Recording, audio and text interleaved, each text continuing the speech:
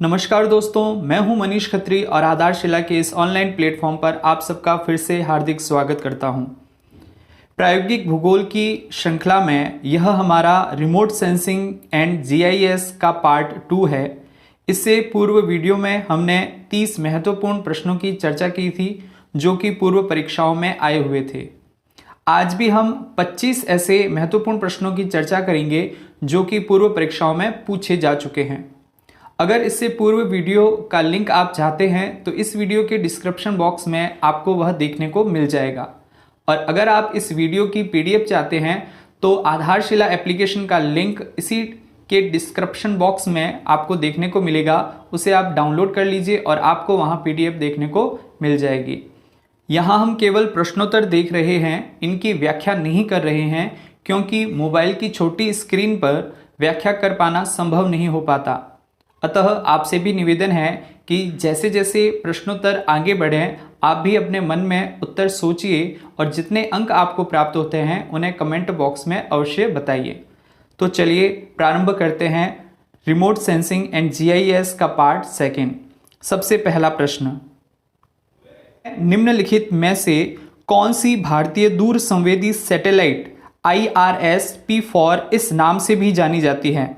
Option है resource set, Edusat, remote set, ocean set. यह UGC NET JRF paper 3 में दिसंबर 2013 में आ चुका है। तो हमारा यहाँ पर जो उत्तर है वह हो जाएगा डी, ओशन सेट। अगला प्रश्न, निम्नलिखित में से कौन सा जीआईएस सॉफ्टवेयर नहीं है? और हमारे ऑप्शन है ऑटोकैड, मैप इन्फो, अर्डास, आर्कव्यू। तो हमारा यहाँ पर ऑप्शन हो जाता है ऑटोकैड, बाकी जीआईएस सॉफ्टवेयर है। अगला प्रश्न, यहाँ पर तीसरे प्रश्न में कथन और कारण दिया हुआ है। कथन है किसी वस्तु अथवा परिघटना में परिवर्तन आकलन सुदूर संवेदन द्वारा एक प्रक्रिया है। कारण है जीआईएस का प्रयोग आंकड़ों के परिवर्तन के आकलन में सहायक होता है। तो यहाँ पर कथन और कारण दोनों सत्य है मगर यह एक दूसरे की व्याख्या नहीं कर रहे हैं। तो हमारा यहाँ पर जो ऑप्शन है वह बी ठीक हो जाएगा, यानी कि उत्तर बी। अगला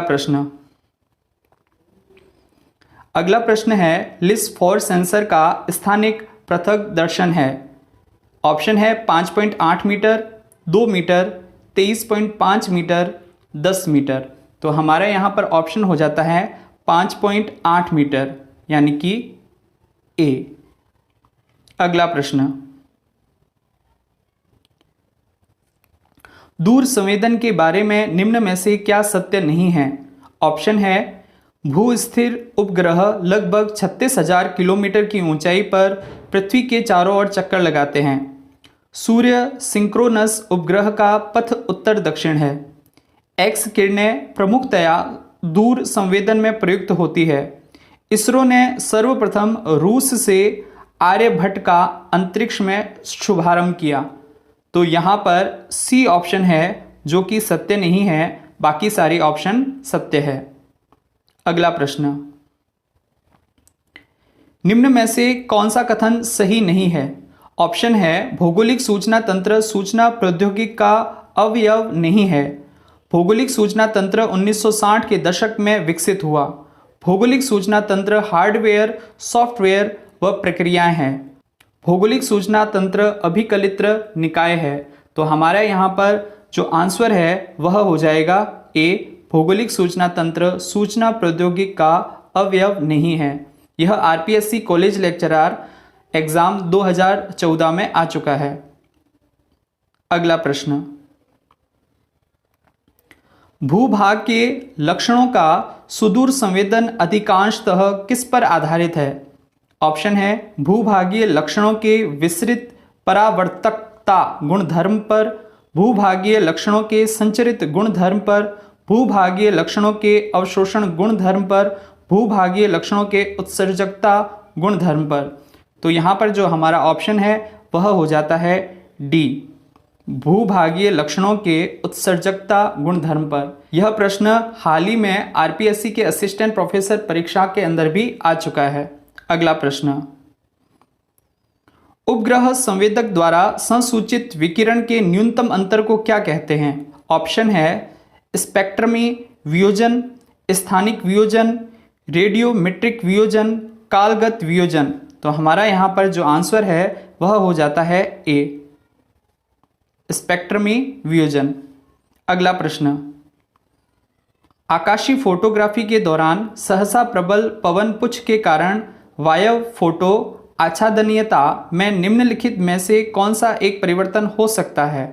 ऑप्शन है पार्श्व छादन की मात्रा में ह्रास, पार्श्व छादन की मात्रा में वृद्धि, अंतिम छादन की मात्रा में ह्रास, अंतिम छादन की मात्रा में वृद्धि।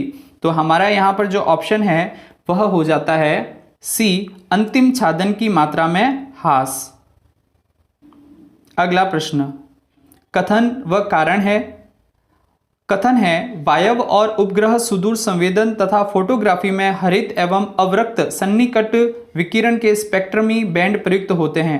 कारण है वनस्पतियों द्वारा हरित एवं अवरक्त सन्निकट विकिरण परावर्तित होकर वायव फोटोग्राफ तथा प्रतिमावली पर हरित एवं लाल आभा के रूप में आभाषित होते हैं।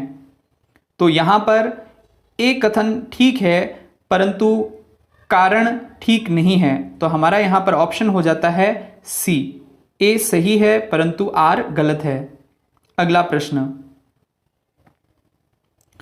भारत में छोड़े गए उपग्रहों के संदर्भ में निम्नलिखित में से कौन एक सही कालानुक्रम है? काल के अनुसार उपग्रह दिए हुए हैं। इन सारे ऑप्शन के अंदर जो बी ऑप्शन है वह हमारा ठीक रहता है। Bhaskar second, INSAT 1B, IRS 1A, Cartosat. अगला प्रश्न, भौगोलिक सूचना तंत्रों जिसे GIS भी कहते हैं कि अभिकल्पना स्थानिक पिंडों के हेर फेर के लिए की गई है। निम्नलिखित में से कौन सा एक स्थानिक पिंड नहीं है? ऑप्शन है एक लक्षणीय आंकड़ा सेल, एक बहुभुज, एक बिंदु, एक रेखा। तो यहां पर हमारा ऑप्शन हो जाता है एक लक्षणीय आंकड़ा सेल। अगला प्रश्न, एक वायव फोटो में प्लस प्रतीक निम्नलिखित में से किस एक को निर्दिष्ट करता है? ऑप्शन है समांतरण चिन्ह, मुख्य बिंदु, साहुल बिंदु, समकेंद्र। तो हमारा यहां पर जो ऑप्शन है वह हो जाता है बी, जो कि है मुख्य बिंदु। अगला प्रश्न, निम्न में से सुमेलित नहीं है। एक तरफ सॉफ्टवेयर दिए हुए हैं और एक तरफ संस्था। सॉफ्टवेयर है Arc Info, ESRI, GRASS, DST, MGE Intergraph corporation, Idrisi, Clark विश्वविद्यालय। तो यहां पर जो बी ऑप्शन है वह सुमेलित नहीं है, बाकी सॉफ्टवेयर और संस्थाएं आपस में सुमेलित है। अगला प्रश्न, निम्नलिखित में से कौन सा कथन सही नहीं है? लैंडसैट एक भूस्थायी उपग्रह है, IRS एक सूर्य तुल्यकालिक उपग्रह है, इनसेट एक भूस्थायी उपग्रह है, स्पोर्ट एक सूर्य तुल्यकालिक उपग्रह है।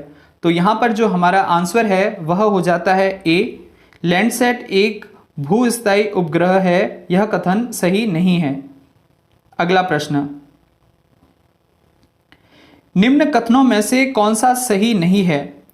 इकोनोस उपग्रह चित्र में विभेदन 1 मीटर होता है, IRS उपग्रह चित्र में विभेदन 5.8 मीटर होता है, इनसेट उपग्रह चित्र में विभेदन 10 मीटर होता है, स्पोर्ट उपग्रह चित्र में विभेदन 10 मीटर होता है।